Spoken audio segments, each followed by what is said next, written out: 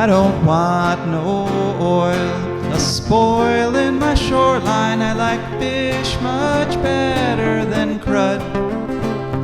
I like birds and things a-creeping and crawling. Won't trade no more oil for blood. The sun done give us all we need to make this country run. But that black demon oil's got us fussing and fighting, and I do believe it's time we was done.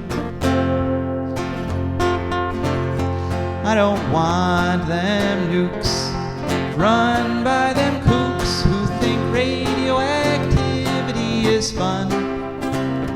No more three-headed frogs or kids with leukemia. Nuclear power ain't fit for a dog. The sun done give us all we need to make this country run. But that nuclear power's got us fussing and fighting, and I do believe it's time we was done. No nukes! Good morning, Toledo. Good afternoon, Columbus. Good evening, Bowling Green. And hello to everyone listening on the internet or Pacific stations, wherever and whenever you may be. My name is Joe DeMare, and I'm here with my effervescent co-host, Rebecca Wood. And together we'll bring you another wonderful program called For a Green Future. For a Green Future is a show where we talk about ecology and the environment, and we talk about it in the ways that it affects you, your wealth, your health, your happiness, and the wealth and the health and the happiness of your friends and your family and your coworkers and the trees and the bees and the flowers and everything living in the seas, because, like it or not, all of us are wrapped up together on this wonderful little planet called Earth. We have another fantastic show for you today. We're just going to chat for the next 10 minutes or so, and then we have an urgent interview with Tara Zuardo from the Center for Biological Diversity. There is an incredible bit of censorship going on right now, an ecological story that should be front page news on every newspaper and the headlines on every newscast or podcast, and first and foremost in your internet feeds if you're somebody who cares about the environment at all. The Trump administration has ended the Endangered Species Act. Whoa. This is not an exaggeration, unfortunately. This is not overstating what the administration has done. As you'll hear when we listen to the interview, it's simply a description of fact. While it's true that the Trump administration waited until after 5 p.m. on a Friday to officially announce that the Endangered Species Act is dead, we've seen very little coverage for what should be a blockbuster story. We felt this was such an important story that we took the unusual step of releasing the interview with Tara on our social media ahead of the broadcast of our show. We usually wait until our show airs initially on 100.7 FM in Toledo on Sunday morning before releasing our show to the other outlets where it's broadcast. But this time we put the interview with Tara Zuardo out on our social media outlets as soon as it was edited. But it has had very few views and shares, only a fraction of what our posts normally generate. It seems like the algorithms are working overtime to keep this information, the end of the Endangered Species Act, from you, the public, which is why our show has become so important. We literally bring you things you won't hear anywhere else. But we'll come back to that topic when we interview Tara in a few minutes. As I'm sure you're aware, we've been having a bit of a heat wave this past week and continuing to the weekend. The temperatures have been consistently 5 to 10 degrees above average every day.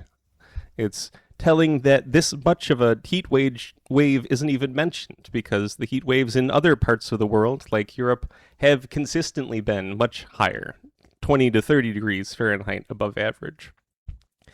This house, the house we're recording in, was built about 100 years ago, long before air conditioning was standard. It has a lot of passive design features that help keep the interior of the house comfortable. For example... It's not bad in here, really.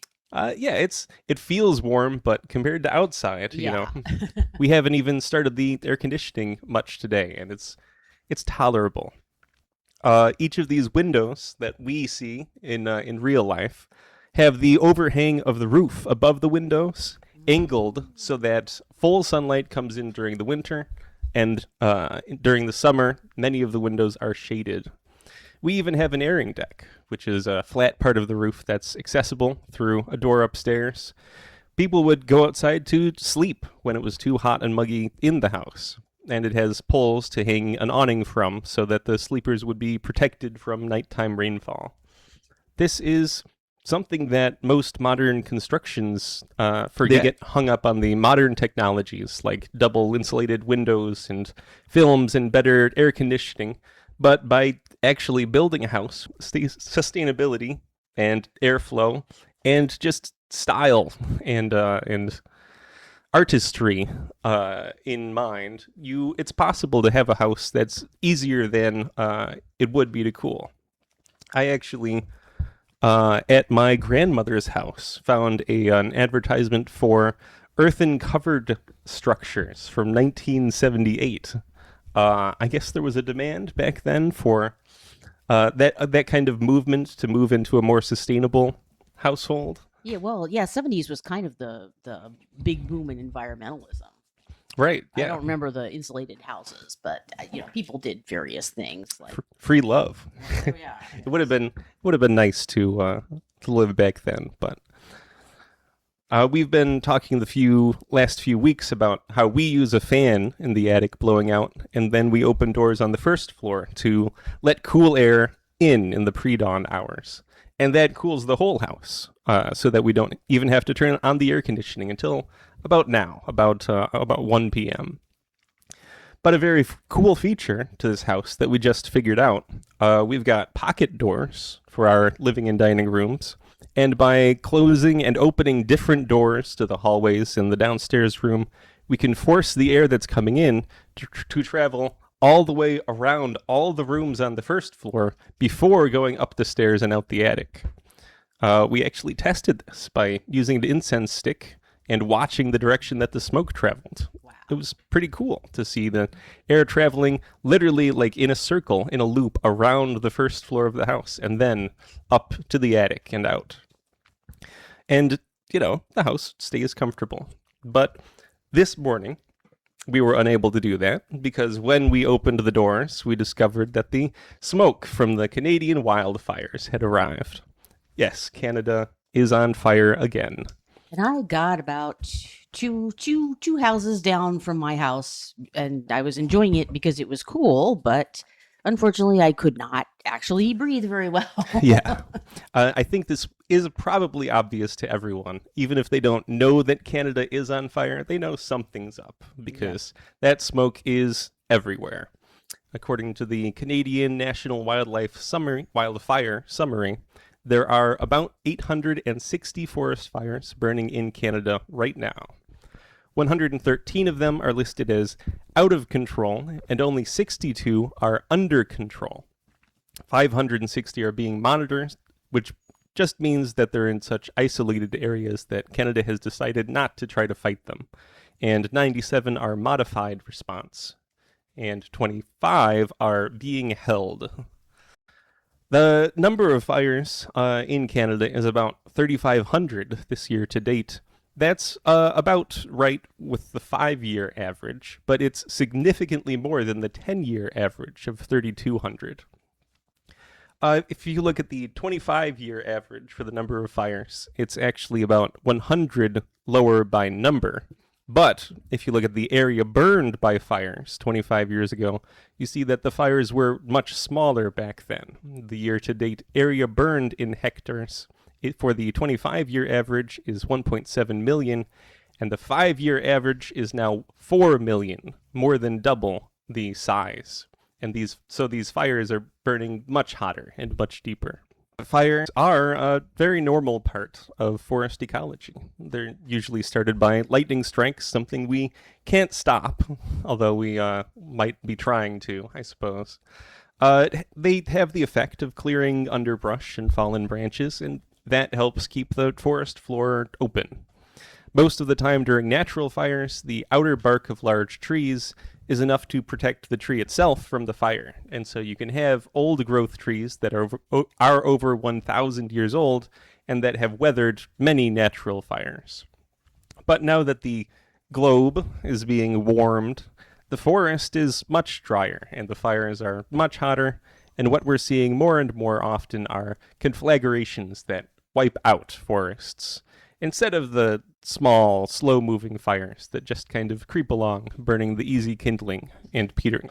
This year, so far in Canada, 2.4 million hectares have burned. That's less than the 5-year average of 4 million hectares, but much more than the 25-year average of 1.7 million. And for some reason, the fires aren't respecting the U.S.-Canada border. They've crept down into Wisconsin. Well, to the extent that it's the Detroit River, they are, and Lake Erie. Yes. They have no choice, but some parts of it are not that. Some parts of it are just an invisible pretend line. It is actually a water boundary we're talking about. The Boundary Water Canoe Area has been closed for only the third time in history. Wow. But let's bring this back to our house. We like it here. Since we couldn't do our little trick with fans and airflow to cool the house down in the morning, we had to shut the house up and turn the air conditioning on. And that means, as known, we have to rely on the grid for more of our energy. The smoke also reduces the amount of electricity our solar panels produce, and since our grid still relies heavily on fossil fuels in Ohio, this means our household will be putting more carbon into the air. It's just another example of what, Rebecca? Oh, is it a positive feedback loop? That's right. It's a positive feedback loop. Fires from Canada are exacerbated by global warming caused by excess CO2 in the atmosphere. Those fires are forcing our households, and probably your household, to use more energy, which puts excess CO2 into the atmosphere. It's just a tiny little example, but on larger scales, the same things are happening globally. More, we're seeing the unmistakable fingerprint of a positive feedback loop in our charts and data. A chart released by the website climateanalyzer.org shows the temperature standard deviations from the 1991 through 2020 averages. The graph of this year's temperature deviation shoots up like a rocket and is more than a 3.5 standard deviations from the mean. To put this in layman's terms, it's the apocalypse. Kinda, yeah. The meteorologists and statisticians looking at these graphs are using adjectives like apocalyptic to describe the temperature increases. And of course, as we know, temperature increases lead to things like more wildfires, which puts more carbon in the air, which leads to temperature increases.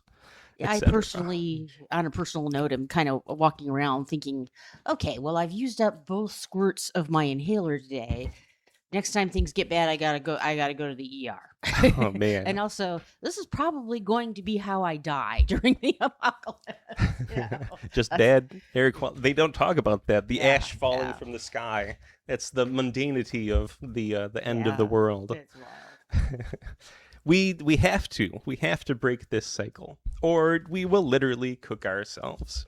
Not sometime in the next century, in the next few years. This isn't a problem for your kids to solve. It's a problem for you to help solve. Yep. As Americans, our single largest source of carbon dioxide is our car emissions. So literally the best thing you can do as an American to reduce your carbon footprint is to switch to an electric car or use public transit or go on foot, although that's a little more difficult these days. Not only does this reduce your emissions, but because electric cars are so much more efficient than internal combustion cars, you only use a fraction of the energy to travel the same distance. Even if your electric car was powered exclusively by electricity from coal-fired power plants, you would still be putting about 2/3 less CO2 in the air than if you were driving an internal combustion engine. At this point, many people are probably saying, but I can't afford an electric car. But things have changed quite a bit in the past few years. Many electric cars are on par with internal combustion engines in terms of cost now. There used to be government subsidies for getting an electric car or a more efficient car, but for some reason, the past couple years, those have disappeared. And also electric scooters are skyrocketing in sales and scale around the globe. Many, if not most of your trips, such as to the local grocery store, post office, or pharmacy, could be done on an electric scooter. You can think about it. They're a big thing in my neighborhood, actually. Yeah. I was lying around on the sidewalks, people zipping by on them. Yeah, here in Bowling Green, too, there is a public program that you can, well, private program, but you can subscribe to a fee and just have access to all these scooters. Cool. Every time you fill your car with gasoline, it's like you're making a payment on a bulldozer that will come and knock down your house or your apartment building and destroy everything in it. Once you have fully paid for the bulldozer, there's no way to break the contract and no way to prevent it from destroying everything. The only way to prevent the bulldozer from coming is to stop making payments. Why we entered this deal in the first place, capitalism. But that bulldozer is more than 90% paid off. Humanity just needs to make a few more payments, a few more fill-ups of our tanks, and the contract will be fulfilled, and the bulldozer will come. It might come in the way of in the form of fire, as we've seen this week today, and as more and more homes and structures are destroyed by wildfires each year. It could come in the form of a global warming enhanced storm or tornado. It could come in the form of incredibly intense rainfall and flooding. We've had a few flash floods as well this past couple of weeks. Or it might simply be that your area runs out of water and you'll have to abandon your home yourself. Or ash could fall from the sky and get in your lungs. There we go. On a personal level, yeah. Everything on the planet Earth is interconnected. The CO2 coming out of the tailpipe of your car is worsening the drought in Somalia.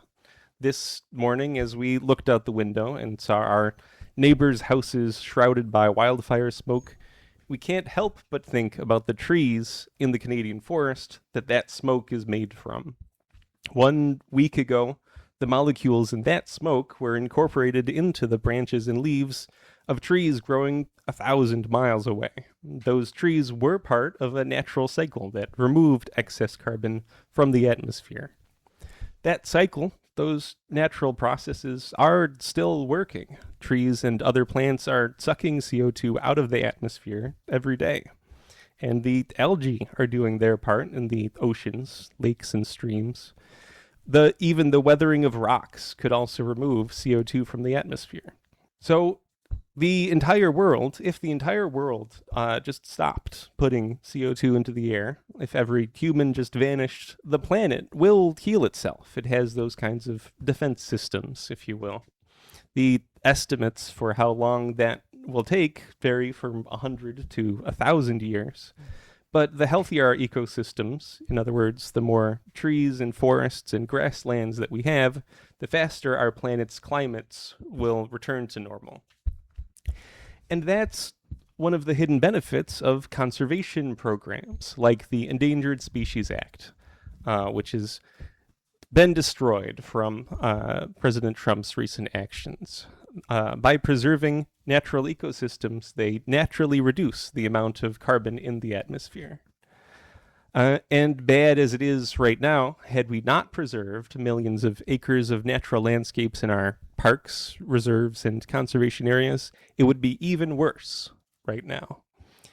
This is just one of many ways that we humans benefit when we protect vulnerable species.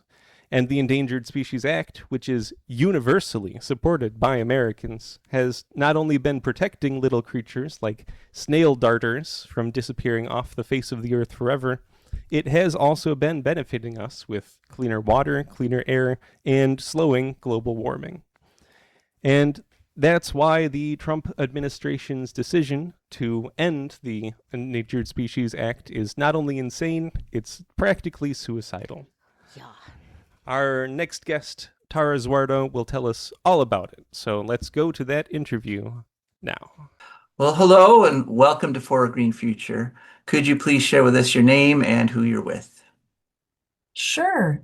Thanks for having me. My name is Tara Zuardo. I work for the Center for Biological Diversity in our Endangered Species Protection Program. Okay, thanks so much for coming on, Tara. I wish it were under happier circumstances, but so we're going to be talking about what the Trump administration has just decided to do to the Endangered Species Act. Before we get into what he's done to it, let's just do a quick recap of the ESA itself. Uh, why is it called like one of the most successful conservation laws in history?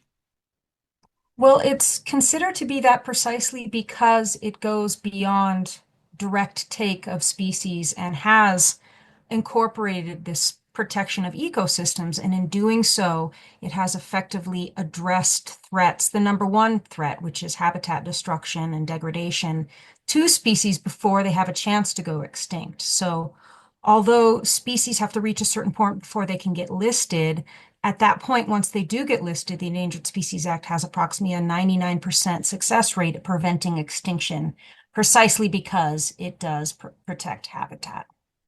Mhm. And by habitat, you mean like, I don't know, like how big of an area might get protected if you had an endangered bird living in an area, for example? Yeah, so by habitat protection, meaning that um, those areas that are necessary for the species in terms of necessary essential behavioral patterns, including breeding, feeding, or sheltering. So that's what we mean when we say protection of habitat.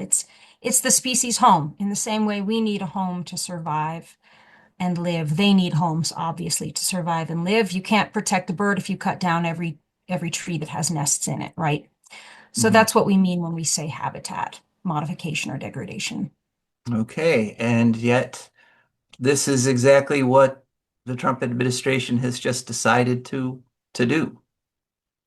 Yes, exactly. This is part of a big, in my opinion, a bigger agenda to essentially nullify our environmental laws and get around the legal process to change our laws, which is obviously to go through Congress, knowing that they could never actually get these changes in place through Congress because of the plain language of the statute, because of how popular the Endangered Species Act is with the American public, um, and because of previous Supreme Court precedent upholding this definition, just essentially going right to the Federal Register and saying, this is what we consider to be the law.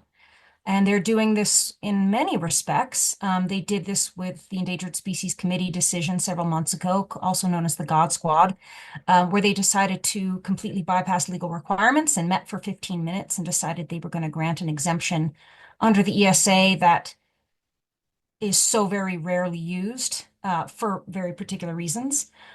They've tried to insert economic considerations into the listing process, which is completely illegal because the Well, Endangered that Species that Act. that Yeah. decision, let's fill that in a little bit. That God Squad Sure. decision, that was a decision to basically allow endangered species to be destroyed by the oil and gas industry. Right. Well, essentially, it was to bypass requirements to comply with the Endangered Species Act to protect Rice's whales and other listed species as well. So in that particular case, it was ship speeds, vessel speeds as well. They have to comply with certain requirements so that they're not violating the Endangered Species Act. And this God Squad provision, as they call it, basically goes in and says, we're going to allow a species to go extinct to exempt this activity. So the only other time it's most relevant was decades ago with the Tennessee Valley Authority and the snail darter. And even that didn't kind of come to fruition in the end. So I think the God Squad has met maybe 3 times in the entire history of the Endangered Species Act because it's just an exemption that it does not need to get used. It does not get used because it is a very extreme exemption. And I think what this administration has made clear is that um, extreme is the status quo for them. And so, they have decided that if they don't want to comply with our environmental laws, if they want to just make that kind of godlike decision that a species is going to go extinct that is within their power to do so. Right. So that was step one, sort of the God Squad sort of feeling it out. But now this is the big one, right? Yes. This Uh, is huge because it'll affect every species. Yes. mhm. And basically it allows habitat destruction. It changes the whole definition, right? To what do they say Yeah. the Endangered Species Act does under So their it's very confusing the way that they did it. Let me explain what they did. So the definition of harm, what constitutes harm under the Endangered Species Act? It's a regulatory decision, but it's critical, right? Because regulatory decisions are what implement our laws. And so we have defined harm for decades since the Reagan administration as including habitat modification and harm to habitat, under the understanding that injures or kills wildlife, under the understanding that endangered species can't live without habitat. So what is the point of the Endangered Species Act if you're not also looking at habitat, right? So what they've done is they've just eliminated that definition of harm and said, we're rescinding this definition, but they haven't put another definition in place. I'm not quite sure why they did not put another definition in place. I'm guessing because they know that this is highly illegal and that would simply open them up to a legal challenge. They're already open up to a legal challenge, but without putting in a new definition in place, but they've said we do not plan on enforcing the law unless harm involves a direct and intentional act against wildlife. So, for example, someone going out and shooting the animal, not indirect habitat impacts. So there's just no regulatory definition at all in place of harm. It's just kind of a here's what our opinion is, and here's what our intention to, in terms of enforcing the law and incorporating it into consultation, is going to be. Well, that certainly sounds illegal. It's very illegal. So, you know, if you look at the plain language of the law, it's very, very clear. Take is defined very broadly. There's also an explicit provision, Section 2B, where Congress expressly protects ecosystems. And then again, you have not only decades of regulatory infrastructure in place where this has been incorporated into thousands of habitat conservation plans, ESA consultations, biological opinions, reliance by landowners, you name it, enforcement actions, recovery programs. But also, 1995, this exact question came before the Supreme Court, and they decided that significant habitat destruction that kills or injures protected wildlife is covered. That essentially that it is included, that Congress intended the ESA to protect species from extinction, and destroying habitat in a way that kills or injures wildlife is one of the primary ways that species are driven towards extinction. Therefore, it's covered under the Endangered Species Act. They're relying on a Supreme Court decision from last year to say everything's been changed now because agencies don't have any deference. It's called the Loper-Bright decision. Here's why that's very wrong. The Loper-Bright decision expressly states that prior judicial decisions interpreting statutes remain binding. That means the 1995 Supreme Court decision is still in place, that Sweet Home decision. So it's very legal on a number of levels, and I do expect a federal district court to overturn it fairly quickly. And we did file our lawsuit yesterday when it went final, when it was finalized in the Federal Register. Well, congratulations on that. Fingers are crossed. The act of protecting the habitat doesn't just help like whatever particular species is imperiled, right? I mean, we have found, what have we found when we've set aside habitat to protect somebody? We find that it helps humans. We find that a number of species, including in places like Ohio, where you all are, the club shell mussel, the northern rifle shell, snuffbox mussel, all these listed species, they clean our waters. They keep our waterways clear. There are clear indicators when there is a problem. They're the canary in the coal mine, so to speak, that there is something wrong, that there is a clean water issue, that there's a clean air issue. We have found that protecting habitat for species overlaps with protecting our habitat and our health as well. So the Endangered Species Act, I would argue, is also a very human-oriented law as well. As you touched on this, that fundamentally the administration is deciding in favor of extinction, right? I mean, that violating not just the sense of the law, but sort of basic decency, basic morality.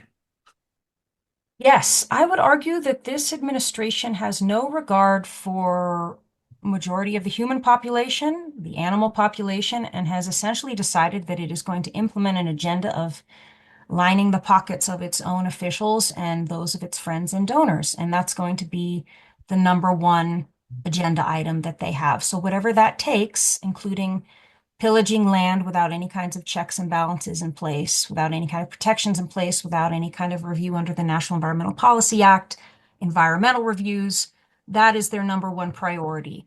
And they're aware that they're not going to get these changes passed through Congress, so that they're going to use whatever other means that they possibly can, whoever they've put in place in Department of Interior, Doug Burgum, and Department of Commerce, and through executive orders, they're going to essentially bypass our US laws that have been in place for many, many years and just declare what's going to be the law of the land, much like a king would. Now, this, as you said, well, we were talking before that we knew this was coming. Was there pushback when they first proposed these rule changes?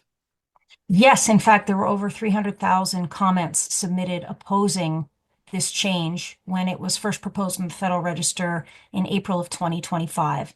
And that is why, in my opinion, they released this announcement after 5 o'clock Eastern on a Friday in a very cowardly way, because they're well aware of how unpopular it is with the American public. And they were hoping that it would just kind of slip under the radar in terms of being covered by media. Mm-hmm. I think that the idea of preventing extinctions is sort of a universally accepted, right? Even across Right. conservatives, liberals, and you know, politicians or people of every color in politics. People don't want to see their generation the one where some important species got wiped off the planet forever. Right, exactly. Think about the Endangered Species Act was written into law under Nixon. It's been a very popular law under both sides of the aisle. You're absolutely right that the law works, that it's helping everyone and everything, that it is a fundamental right to be free from extinction, to have a right to survival, to have a right to recovery, to have a right to a functioning environment and ecosystem. And so you mentioned the lawsuit. Um, where did you file it? What are the prospects? How's it proceeding? Yes, so we filed it in federal district court, and I think that the prospects of it succeeding are very likely. I think that this is a really clear requirement under the plain language of the statute, and when you tend to have plain language of the statute that you can rely on, that does tend to go well in the courts, at least. That Congress was very clear when they set out their intentions for the Endangered Species Act, and then again you have Congress ratifying that understanding many times, I think 3 or 4 times since it's been in place. And again, all of the other issues that we've talked about, regulatory infrastructure in place, the Sweet Home decision, the lack of providing any kind of reasonable explanation for this proposal is also at issue here. There are a number of legal issues that I would say are on our side in terms of where the courts are going to fall. Are there other organizations with you on this suit? Yes, we have a number of organizations, Earth Justice and several other organizations as well. So if Yeah. people want to follow what's happening here and keep up with the situation, how would they do that? Yeah, so I would say the best way to follow that would be our website and our Facebook page, Center for Biological Diversity. We'll have regular updates on this as well.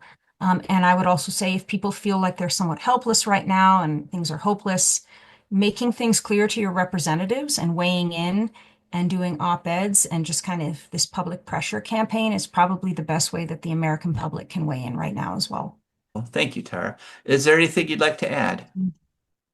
I think the only thing I want to kind of make it clear so people can understand just what this means and the gravity of this situation, it's not just one slight change to the law. It's a lot like, let's say firefighters aren't allowed to respond to a burning home until it's completely burnt down. That's exactly what this is. conservation becomes nearly impossible if agencies have to wait until endangered animals are dead before they can take action. So that's really what we're looking at here in terms of an analogy and just how this makes no biological sense at all. All right, that was our interview with Tara Zuardo about a very urgent issue, I think, towards the future of America, the place, as opposed to the country. What did you think? Let us know by sending us an email at joe@joedemare4agreenfuture.org, or you can text us at 419-973-5841, or find us on social media. And now it's time to thank our patrons. Our patrons are fantastic people, the kind of people who, when they see a need, they roll up their sleeves and meet that need. This Endangered Species Act story is precisely the kind of information that mainstream media is keeping from people, but also the kind of information that everyone should have. That's why we're so grateful to our patrons. They're people who went to patreon.com, that's patreon.com, and there they searched for a Green Future. Up popped our Patreon page. They looked through the different membership levels and picked out one that matched their budget, or they made their own level. And now every month a little bit comes out of their accounts and comes over to us. And that's how we can afford to keep this show on the air. Thank you to our patrons. All right, Rebecca, it's your turn to talk about flying squirrels. Yes, it is. So yeah, I much like Joey thought that there were no flying squirrels in Ohio. But then a friend of mine posted some footage of one that was in her backyard or something. And it turns out that they're actually extremely common, but they're only active at night and they're very, very shy. Interesting. So yeah, I wonder like how many bats I thought I saw flapping around at night and thought it was a bat when really it was a squirrel or something. So yeah, flying squirrels are a rodent. They are nocturnal and they glide actually rather than fly using a pelagium, which is just kind of like skin stretched over their arms and elbows and stuff. Pelagium, yeah. Yeah, and they are in the squirrel family, so it's not going to turn out to be one of those misnomers. And they have large eyes, a broad flat tail, and soft fur. So, yeah, that's how you can tell, but it's nighttime, so it's hard to see that stuff. The U.S. has a northern and a southern species, so probably that was a northern flying squirrel that she saw. They are omnivores, eating nuts, fruit, insects, and birds' eggs. And they're common but rarely seen, and they use their tails to steer when they're gliding from tree to tree, which is they like to stay off the ground. It's they're not like swooping down and getting stuff from the grass. Yeah. Yeah, they like to stay, and they have the ability to land head up on the next tree. On a tree. Ooh, interesting. Anyway, they're like they have a grayish brown coat with a sort of a white belly and undercarriage. And the northern squirrel is called Glaucomus sabrinus, which made me a little confused. But Glaucomus apparently means silver mouse in Greek. And Sabrinus is after, it's a goddess of the Severn River. Okay. In England, which does not have flying squirrels. So I'm assuming it has something to do actually with the Severn River in Maryland. Oh. Maybe. I mean, the people who actually name new species just make up their own reasons for. Basically, this one seems like a little bit of a stretch to me, but yeah. So I guess that's why it's called. And I looked it up, and there are in fact a lot of flying squirrels in that area. So they are a keystone forest species, and the key to old growth and coniferous ecosystem health, because they perform a really invaluable service by dispensing truffle and underground mushroom spores. Wow. They dig them up and eat them. That's mostly what they eat, apparently, which is incredible. They eat a lot of them, and I don't know if they run the spores through their digestive system first, or I assume they just sort of bite into them and it kind of goes flying. Yeah. Or it sticks to their fur and distributes throughout. There you go. And That's important because they disperse the spores of the mycorrhizal fungi, the famous mycorrhizal fungi that sort of are symbiotic with trees and help them communicate and digest food and all that stuff. So who knew? Who knew? Flying Yeah. squirrels eat mushrooms. That's very interesting. Yeah. I'm curious if they pinpoint fireflies in flight, like bats would, right? If they're able to catch them midair. Probably. I don't know if they like to eat those specifically. So they have some threats to them are habitat loss, climate change, invasive pests, and the invasive southern flying squirrels are moving north because it's getting hotter. So the northern ones are in trouble in a lot of places. They've like in spots in Appalachia where they used to be all over the place. They're sort of stuck in little coves where it's cooler. Oof. So yeah, flying squirrels. Who knew? All right, here in I Ohio. would like to see some someday, but my odds are not that great. Yeah, get night vision goggles. Yeah. All right, thank you, Rebecca. Thank you. Now it's time for ecological news. Our first story comes to us from the website electric.com on July 10th. They published a story with the title, "These are the top 10 best-selling EVs in the US so far in 2026. So there's no question that Trump's elimination of the federal tax credits for buying electric cars back in September of 2025 has hurt electric car sales, but not as much as you might think. There was a huge surge in EV sales in the second quarter of this year as the Gulf War started driving up gasoline prices. Sales are up 14.7% in the second quarter of this year versus the first quarter.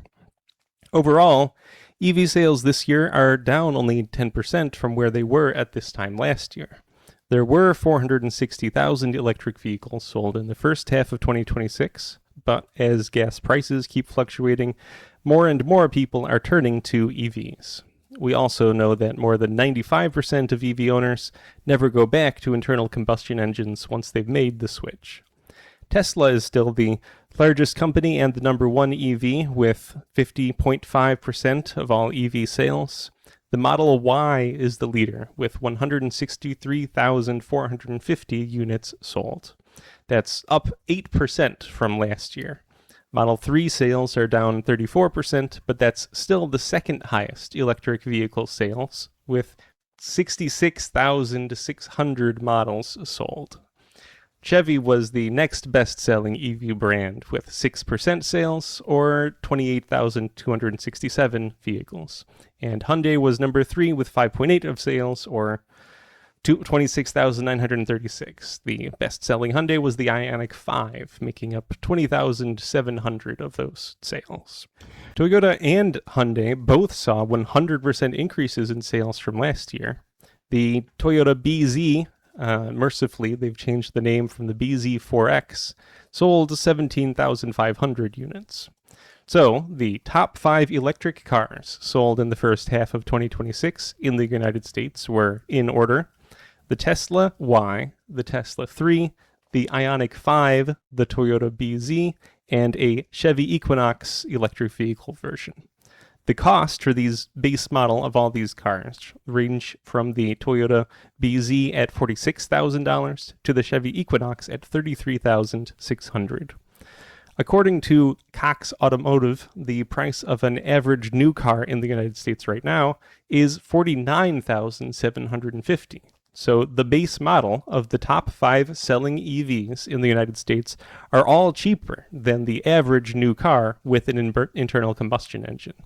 Add to that the incredible savings of gas and maintenance, and EVs are a clear winner economically.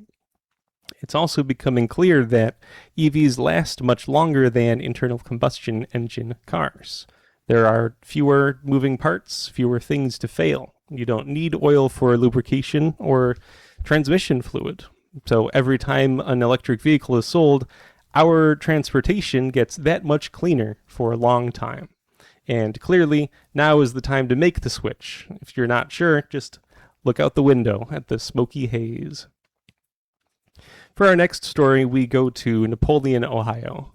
Most of our information on this story was published by WTOL.com on July 15th. There has been a spill of 28% urea ammonium nitrate into the Maumee River. The initial spill happened on the property of a company called Triway Nitrogen back on July 5th, and that spill flowed into Houston Creek. The company built a series of dams on the creek to try to contain the poison, but a heavy rainfall came and washed all the dams out. The fertilizer then flowed into the Maumee River. Over an 11-mile stretch, it killed almost all the fish. The fertilizer is highly chemically reactive, and it absorbed all the oxygen in the water, suffocating the fish and other wildlife. I know how they feel.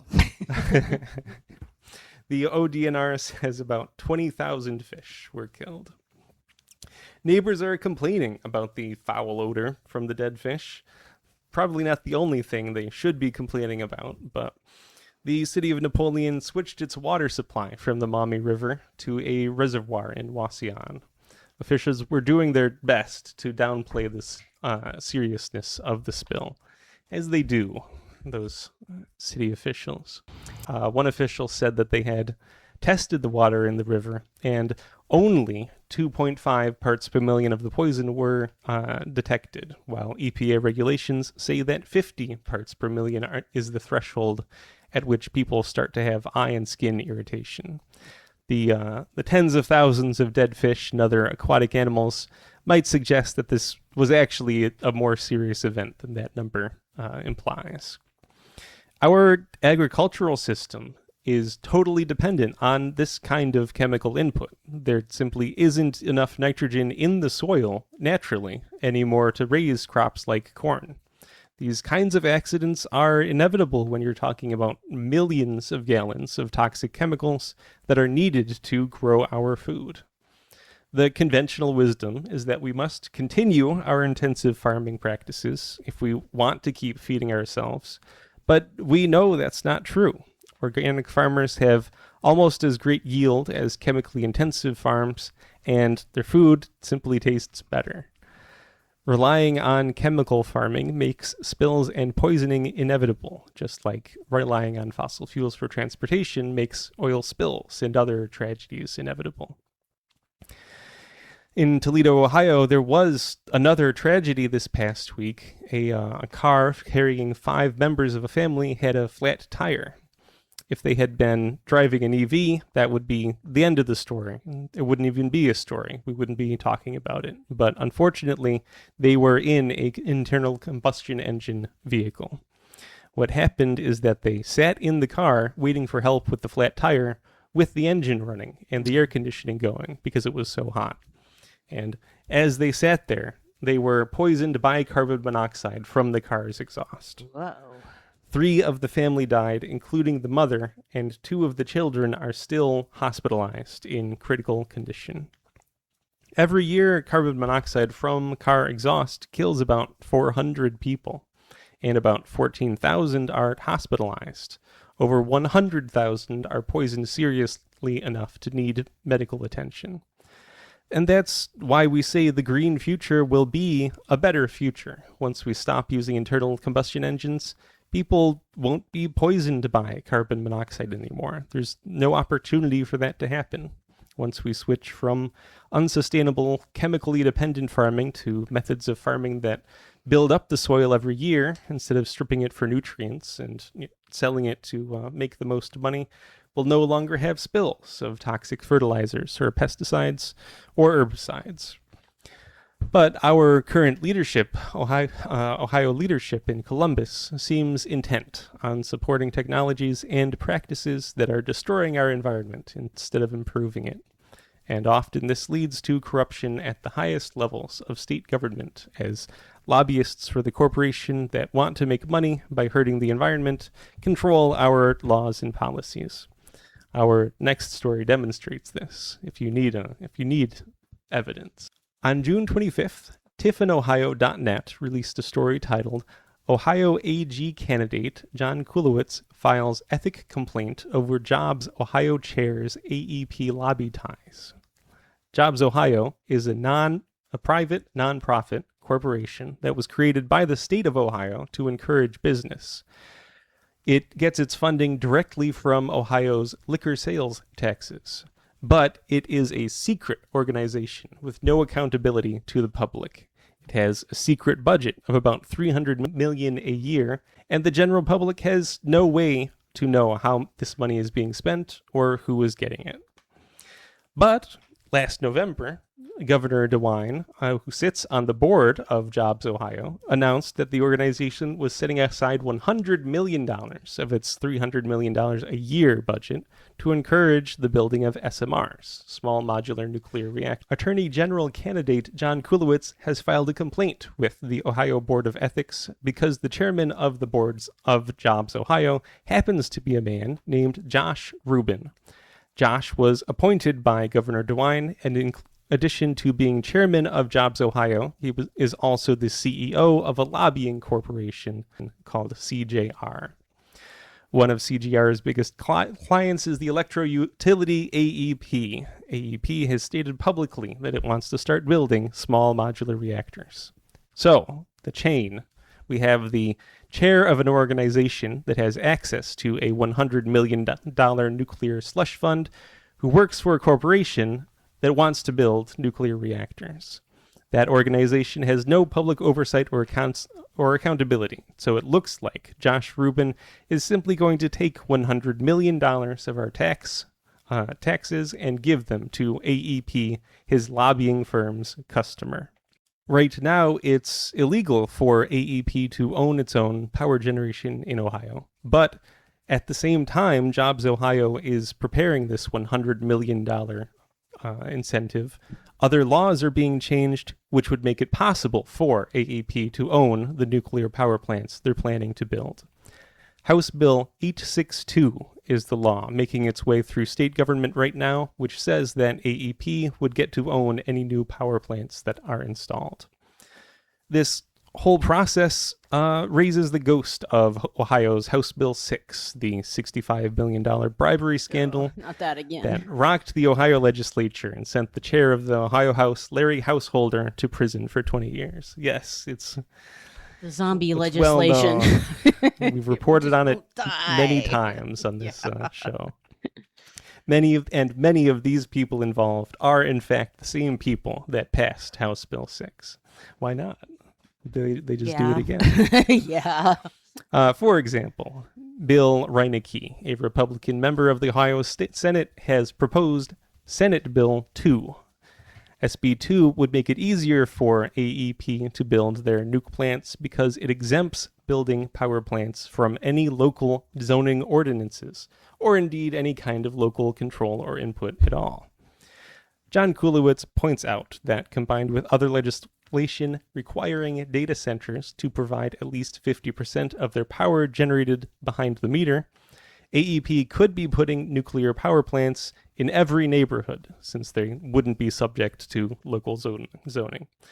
Kulowitz is the Democratic nominee for Ohio Attorney General. He says that this kind of conflict of interest is too common in Ohio state government. It's hard to argue with that sentiment based on... Yeah, I'm finding it tiresome personally. Yeah. There's even more, in fact. Back in June, the Ohio House Energy Subcommittee heard testimony from Republican House member Bill Lawrence. He's the sponsor of House Bill 736, Ohio Fusion Energy Advancement Act. This law would create a working group whose purpose it is to clear the path for fusion energy in the state of Ohio. Fusion has long been held out as the high-tech grail that will provide all of us with unimaginable, nearly unlimited amounts of energy. And it's been held out as the prize jewel, as that grail, for almost 80 years.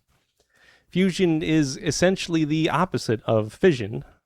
Nuclear fission works by blowing apart the nucleus of uranium or plutonium atoms.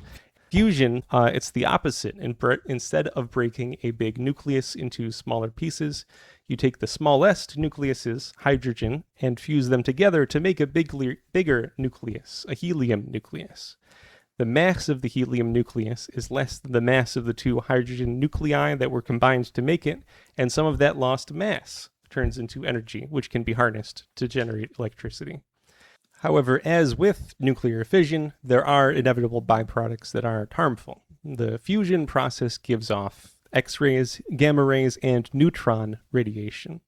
The neutrons being blasted out of the fusion reactor smash into everything around it, from the fusion chamber all the way out to the edges of the buildings. And this constant fusion bombardment causes the entire building and everything in it to eventually become too radioactive to enter. Yeah. Having everything become radioactive, I don't know. It has a sci-fi, bent to it, right? Yeah, sure. But in its current form, nuclear fusion is really not that great, especially now that we have sufficiently developed renewables technology that do just provide all the energy and power that we need. But Bill Lawrence went on a tour of a fusion facility in Washington State. He came back inspired to promote fusion energy in Ohio. The problem is there are tremendous technical problems to be solved before a fusion becomes a practical reality. It's been, 70 years of research, and fusion reactions have only been sustained for a maximum of about an hour and a half. You have to invest tremendous energy in to fuse the hydrogen nuclei. And so far, no fusion reactor has ever generated a net gain in energy. Lorenz basically lied in his initial proposal testimony supporting his bill. He gave the impression that the facility he toured was a working fusion reactor that was actually supplying power to the energy grid. This is a tremendous lie of omission. And then he followed his lie of omission with an actual straight-up lie, such a size that if our legislators had any degree of scientific knowledge or understanding, that they would have been laughed off right off the floor of the legislature. He said, fusion is simple. And then he claimed that all you have to do is charge the electrons in the water. Scientifically, this is absolute nonsense. Fusion requires forcing hydrogen nuclei together. Charging the water by stripping away electrons has nothing to do with nuclear fusion. If it's so simple, why have people been talking about it for so long, but it's never actually happened? That suggests to me that part of it is not simple. Exactly. There's been trillions of research dollars and it's led the careers of tens of thousands of physicists. 6, 7, 8 decades of research would have already produced a functioning fusion reactor. But instead, for all of those decades, people working in the field have said that a working reactor that produced net energy was at least a decade away. And principal researchers are still saying this. It's a decade away. You see that about a lot of stuff. I think we're supposed to have flying cars in a decade or so. A day away, or only a day away. Whatever. Checks in the mail. Sun will come out tomorrow. What has happened in the last few years is startup companies of hundreds of fly-by-night operations that claim to have cracked the fusion problem. They make bold claims, suck up billions of dollars in investment monies, fool or get legislators on board with their scandal, and generate generous salaries for their CEOs and other executives. But then ultimately, all of them fail to deliver. But that is actually the new model for business in the United States right now. Failure. It's the initial investment phase where the owners of corporations suck out the most money. It doesn't matter to them if the corporations they've created ever turn a profit or generate a product. If they could string the investment phase along for 10 or 15 years, they'll have made enough money to retire comfortably. Unfortunately, Bill Lawrence has a Democratic co-sponsor, Sean Brennan. While this bill doesn't directly give money to fusion startups, it directs the state government to create a working group that will look for ways to funnel existing grants and programs into nuclear fusion. In other words, it'll take money away from energy technologies that actually work, like battery storage or wind or solar, and it directs the working group to look at ways fusion corporations can be coddled. And this bill is just another example of Ohio going off in the wrong direction in terms of technology. What we need our renewables with storage right now. We're cooking right now. We don't have another decade to chase after the ghost of nuclear fusion. Well, that's our show. Thank you so much for listening. If you have comments, you can email them to joe@joedemare for greenfuture.org. We'll be back next week, but for now, this is Joe DeMare And Rebecca Wood.